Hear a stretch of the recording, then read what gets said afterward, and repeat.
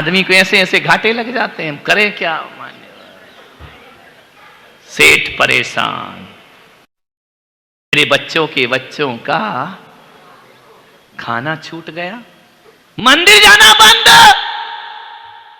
दोस्तों की महफिल में जाना बंद।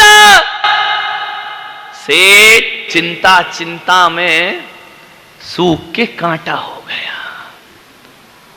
सेठ से कहा, सेठ जी तुमको क्या हो गया है? अब किसे बताए कि मुझे क्या हो गया है? बोले जाओ जांच कराओ, साग बाड़ा ले जाओ। Sonography, report normal. आजकल डॉक्टर इलाज थोड़ी करते, मशीनें इलाज करते हैं। डॉक्टर तो दवाई लिखता है, बस ध्यान रखना। पहले होते थे जो नब्ज देख के बताते थे, अब तो सीधा टेस्ट बताते, जाओ ब्लड टेस्ट कराओ, ध्यान रखना। ब्लड टेस्ट हुआ, रिपोर्ट नॉर्मल। यूरिन टेस्ट हुआ, रिपोर्ट नॉर्मल। एक्सरा हुआ, रिपोर्ट नॉर्मल। सीटी स्कैन हुआ, रिपोर्ट नॉर्मल। सेठ ने कहा सब रिपोर्ट नॉर्मल है तो मैं सूख काहे को रहा, मैं परेशान क्यों? डॉक्टरों से जरा बच के रहना। ध्यान, डॉक्टर का जो सिंबल है ना वो रेड क्रॉस है, देखा कभी प्लस?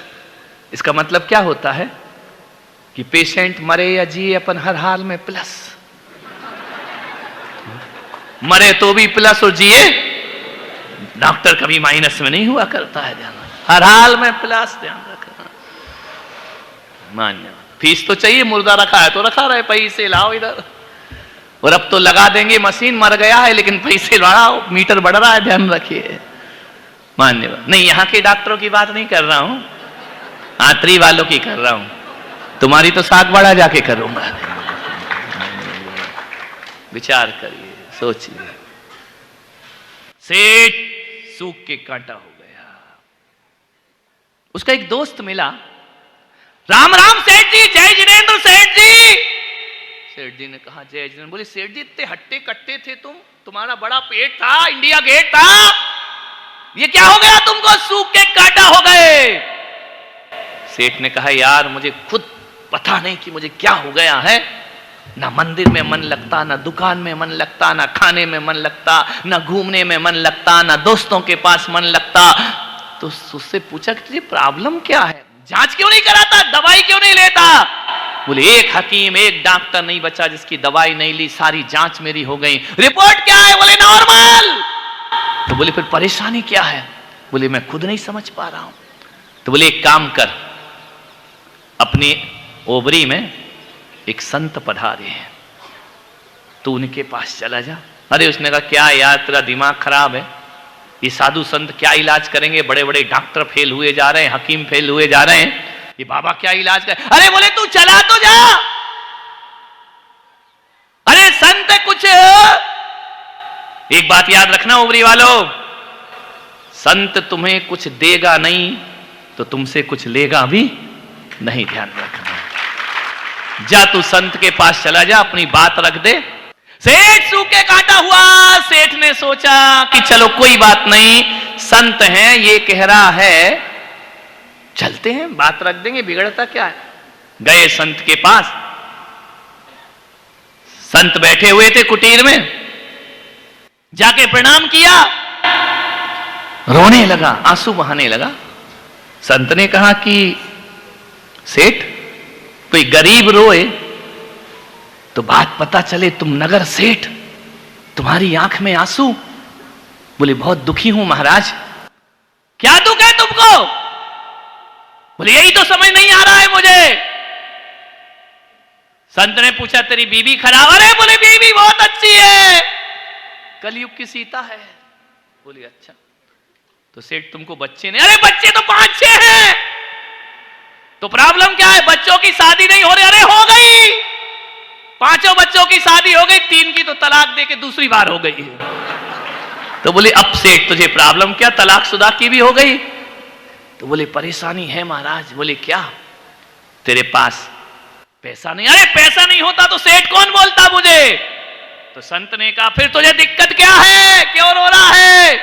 पत्नी अच्छी, बहुएं अच्छी, बेटे अच्छे, पैसा है, रो क्यों रहा है? संत जी कुछ दिन से, 1 महीने से बहुत परेशान हो गया हूं मैं। क्या हुआ सेठ जी? मेरे मन में एक चिंता मुझे खाए जा रही है। क्या चिंता खाई जा रही? कि मैंने अपने घर का हिसाब लगाया, मेरे मुनीम ने मुझे बताया कि तुम्हारे पास सेठ इतना है कि तुम भी बैठ के खाओ और बच्चे भी बैठकर खाएं। तो संत ने कहा, अब रोता काय को है? बोले बीमारी तो अब शुरू ही है, अगली वाली। बोले क्या? बोले मैंने कुछ नहीं किया अपने जीवन में महाराज, कुछ नहीं कमा पाया। बोले इतना तो कमा लिया। अरे उससे क्या होगा, मेरे बच्चों का जीवन चलेगा। टेंशन इस बात का है कि मेरे बच्चों के बच्चों का। संत ने कहा, धत तेरे की से, ये टेंशन लेके घूम रहा कि मेरे बच्चों के बच्चों का क्या होगा। बताओ महाराज, कोई इलाज हो, मैं ठीक हो जाऊं, मेरे बच्चों के बच्चों की व्यवस्था हो जाए, मैं शांति से मरूं। संत ने कहा, इलाज है हमारे पास। है? बोले हां, ठीक हो जाऊंगा। अरे ताकत आ गई उसको, जैसे किसी ने ग्लूकोन डी पिला दिया हो। इतने शब्द से संत ने कहा, हो गया तेरा। महाराज कब हो जाऊंगा ठीक? बोले आज ही, इसी वक्त, 1 दिन का समय दे। सेठ ने कहा, 1 दिन क्या, आप जो कहो वो कर दूंगा मैं, मुझे समाधान बताओ मेरे बच्चों के। बोले तेरे बच्चों की बात छोड़, मैं तेरे 7 पीढ़ियों की व्यवस्था करता हूं। उसने कहा 7 पीढ़ी? संत का आशीर्वाद मिलेगा, 7 पीढ़ियों की व्यवस्था हो जाएगी। अरे बोले फिर तो मैं फिर से पुरानी जिंदगी आराम से जीऊंगा। बोले महाराज, ये करने के लिए मुझे क्या करना पड़ेगा? तुम्हारे आश्रम में एक कमरा बनवा दूं? संत ने कहा, हट यहां से, रिश्वत दे रहा है, रिश्वत दे रहा है मुझे। बोले रिश्वत नहीं, आप इतनी मेहनत करोगे मेरे लिए, आप कहो तो पूरे गांव में जीवन करा दूं। अरे बोले कुछ मत करा, एक काम कर। बोले क्या? कल सुबह उठकर 1 थाली भोजन, तेरे गांव के बाहर एक बुढ़िया रहती है, उसको 1 थाली भोजन दे देना, तेरे 7 पीढ़ी की व्यवस्था हो जाएगी। बोले बाबा 1 थाली भोजन? मैं तो पूरे गांव का जीवन कराना चाहता हूं। अरे बोले काय को पैसा बर्बाद कर रहा?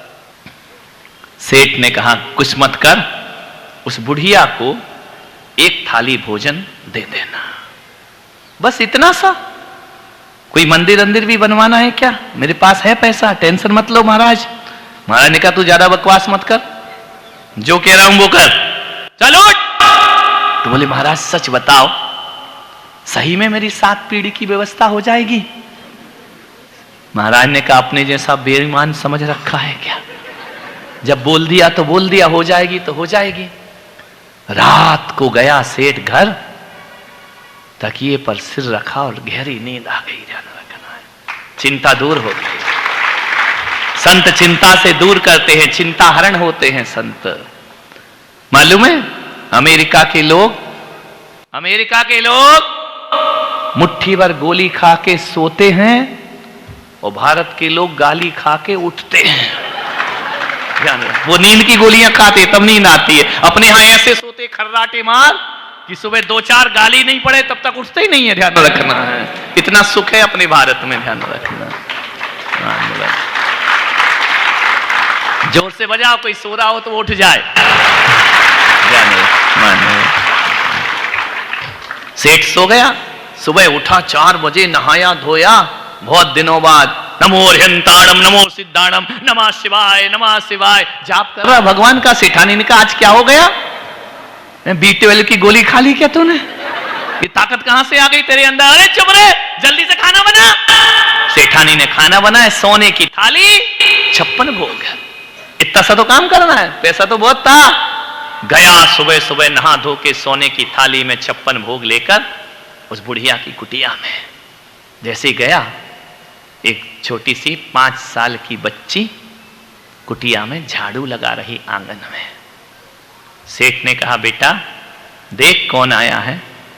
बच्ची ने ऊपर से नीचे तक देखा, कौन हो तुम? बोले मैं नगर सेठ इस नगर का सबसे बड़ा धनपति हूं मैं, तुम्हारे घर आया हूं। बच्ची ने कहा सेठों का मेरे घर में क्या काम, हम तो झोपड़ी में रहते हैं, हमें क्या लेना देना सेठों से। बोले नहीं तुझे लेना देना नहीं बेटा, मुझे लेना देना है, मैं आया हूं। तो बोले क्या करना है। बोले अपनी अम्मा को बुला कि नगर सेठ तेरे दर पे आए हैं। बोले सेठ जी बैठ जाओ यहीं पर। उसने एक खाट बिछा दी, बैठो आराम से। अम्मा को तो बुला। बोली मेरी अम्मा भगवान का भजन कर रही है, पूजा कर रही है, जा बोल सेठ आए। बोली मेरी अम्मा ने कहा है सेठ तो क्या द्रौपदी मुर्मू भी आ जाए तो मुझे कभी पूजा से उठाना नहीं, वो भगवान का भजन कर रही है, भगवान से बड़ा उसके लिए कोई नहीं होता है। आप नगर सेठ होंगे, मेरी अम्मा भगवान का भजन कर रही है। अच्छा बेटा भजन कितनी देर करेगी तेरी अम्मा। ओए टाइम देख के नहीं करती, वो तो बैठ गई भगवान के भजन में, वो अपने सामने कभी घड़ी नहीं रखा करती है, जो बिना गिने हमें देता है, हम उसका गिन गिन का नाम क्यों लेते हैं, ध्यान रखना, वो तो बिना गिने देता है। मेरी माँ घड़ी देख के नहीं, फिर भी बेटा कितनी देर करती है। अरे कभी कभी तो सेठ जी 1-1 घंटा करती है। सेठ ने कहा 1 घंटा यहां बैठूंगा तो दुकान में कौन जाएगा। सेठ ने कहा बेटा बोल दे। बोले मैं नहीं बोल सकती सेठ जी। 2 घंटे बैठा सेठ, ध्यान रखना, बैठा। बोले बैठो इंतजार करो, भजन कर रही भगवान का। अरे बोले बेटा 2 घंटे हो गए, कब उठेगी तेरी अम्मा भजन से। बोले सेठ जी कभी कभी तो 1-1 दिन नहीं उठती है, लगी है हरि भजन में, भगवान के भजन में, परमात्मा। अरे सेठ ने कहा बंटा ढार हो गया मेरा, ये महाराज ने तो मुझे फंसा दिया, ये तो उठ ही नहीं रही है। सेठ ने कहा बेटा प्लीज देख ले। बोले नहीं सेठ जी कुछ भी हो जाए मैं अम्मा को भजन से उठाऊंगी। तो सेठ ने कहा एक काम कर बेटा मुझे दुकान जाना है। तो बोले जाओ, हमने थोड़ी तुमको निमंत्रण दे के बुलाया है, तुम ही आए हमारे यहां बैठे रहो। बोले सेठ ने कहा बेटा गरज मेरी है तेरी नहीं है, एक काम कर जे 1 थाली भोजन लाया हूं, अम्मा भजन से उठे तो कह देना नगर सेठ ने भोजन भेजा है, इसे तू रख ले काम आएगा। बच्ची ने कहा कि सेठ जी हमारे यहां भोजन आ चुका है, एक ब्राह्मण हमको केले के पत्ते में दही चावल दे गया है, हमें अब भोजन नहीं चाहिए। सेठ को लगा यार, सेठ ने कहा पागल है बच्ची छोटी सी, अरे हटाओ दही चावल, देख सोने की थाली में 56 भोग लेकर के आया हूं, गरीबी में जीवन जीती है, आज मेरे यहां का भोजन ग्रहण कर, सोने की थाली भी तुझे दे दूंगा, 56 भोग भी तेरे हैं। बच्ची ने कहा कि नहीं सेठ जी हमको नहीं चाहिए। मान्यवर जब तुम किसी को देते हो और सामने वाला मना करे ना तो भीतर इतना अपमान होता है, ऐसा लगता है जैसे हारा हुआ जुआरी लौट करके वापिस आ रहा हो। ध्यान रखना है। सेठ की बालिका ने, उस बच्ची ने कहा सेठ हमें भोजन नहीं चाहिए। बोले क्यों? बोले मेरी अम्मा कहती है कि बेटा एक बार यदि किसी के घर से भोजन आ जाए तो दूसरा भोजन किसी का स्वीकार नहीं करना, आज के जीने के लिए बहुत है। सेठ ने कहा एक काम कर, मेरे सब पकवान हैं ये कल भी काम आ जाएंगे, एक काम कर बेटा इसे तू कल खा लेना, तेरी अम्मा कल खा लेगी।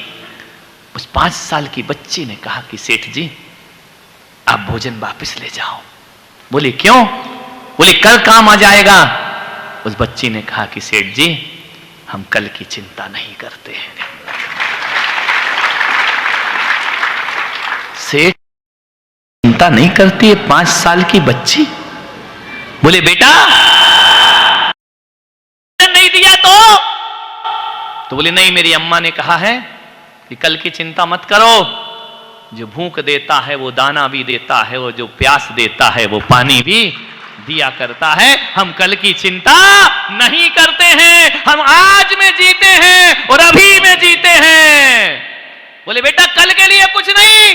बच्ची ने कहा वो चिड़िया देखो, मेरे आंगन के पेड़ में वो चिड़िया बैठी है ना, सुबह से जाती है, दाना चुगती है और उसी चोंच से खुद खाती है, उसी चोंच से बच्चे को खिलाती है और उसी चोंच से अपना घोंसला बनाया करती है। लेकिन वो चिड़िया जब शाम को घर लौटती है तो कल के लिए एक दाना भी लेकर के नहीं आया करती है। ध्यान रखना, जब एक चिड़िया कल की चिंता नहीं करती तो मेरी अम्मा ने कहा कि हम कल की परवाह नहीं कर। सेठ के हाथ से थाली छूट गई। उसे लगा यार ये 5 साल की बच्ची कह रही है कि हम कल की चिंता नहीं करते और मैं 80 साल का सोच रहा हूं कि बच्चों के बच्चों का क्या होगा। उसे लगा कि ज्ञानी ये है या ज्ञानी मैं हूं। ध्यान रखना है। सेठ की थाली छूट गई। सेठ वापस लौट गया। सेठ ने कहा मैं भी कैसा पागल था, क्या सोच रहा था महीने भर से कि मेरे बच्चों के बच्चों का क्या होगा। बच्ची कहती है जो भूख देता है वो दाना भी देता है और जो प्यास देता है वो। अरे सेठ इतना सोच लेता कि बच्चों के बच्चों के लिए जोड़ के चला जाऊंगा। कौन से मेरे बच्चे लूले लंगड़े पैदा होने वाले हैं जिनके लिए मैं जोड़ के जाऊं। अरे मेरा बाप मुझे कुछ नहीं छोड़ गया तो मैंने कमा लिया। अरे सेठ इतना सोच लेता कि पूत कपूत तो का धन संचय और पूत सपूत तो का धन संचय। ध्यान रखना, जोड़ जोड़ के मर जाता है आदमी, स्वयं भोग नहीं कर पाता है। मान्यवर आपसे निवेदन है जो कमाया है ना वो अपने पास रखो और खर्च करो। ओबरी वालों जोड़ जोड़ के मर जाओगे। जब नहीं था तब भी कंगाल जैसे जिए और आज है तब भी कंगाल जैसे जीवन जिए। कोई जिंदगी हुआ करती है, कोई जीवन है। लक्ष्मी के 3 ही रूप हैं, दान भोग और नाश। ध्यान रखना, या तो जो कमाया है उसका भोग कर लो, दान कर दो धर्म की राह पर, वरना उसकी तीसरी दशा नाश तो होने ही वाली है। तुम्हारी औलाद ही तुम्हारा नाश करेगी। ध्यान रखना है, एक पीढ़ी कमाती है, दूसरी भोगती है और तीसरी बर्बाद करती है। ध्यान रखना, लक्ष्मी का यही रूप हुआ करता है। आपसे निवेदन है इतना सोच लेता सेठ, थोड़ा सा चिंतन कर लेता तो महीने भर जो सूख के कांटा हुआ ना, ये महीने भर की जिंदगी और आनंद बटोर कर दुनिया से चला जाता। सेठ सोच लेता कि सामान 100 वर्ष का, पल की खबर नहीं। ध्यान रखना, आप सबने सुना, अनुग्रहित हूं।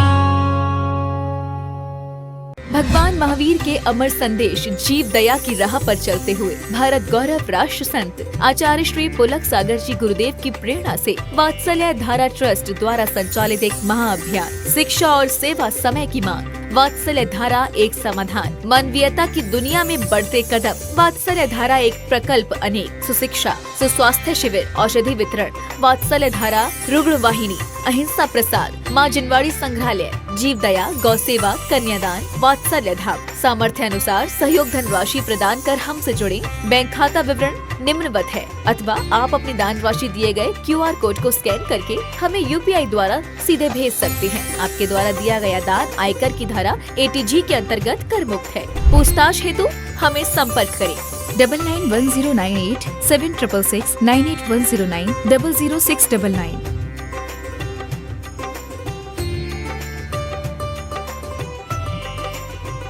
सुनो विद्या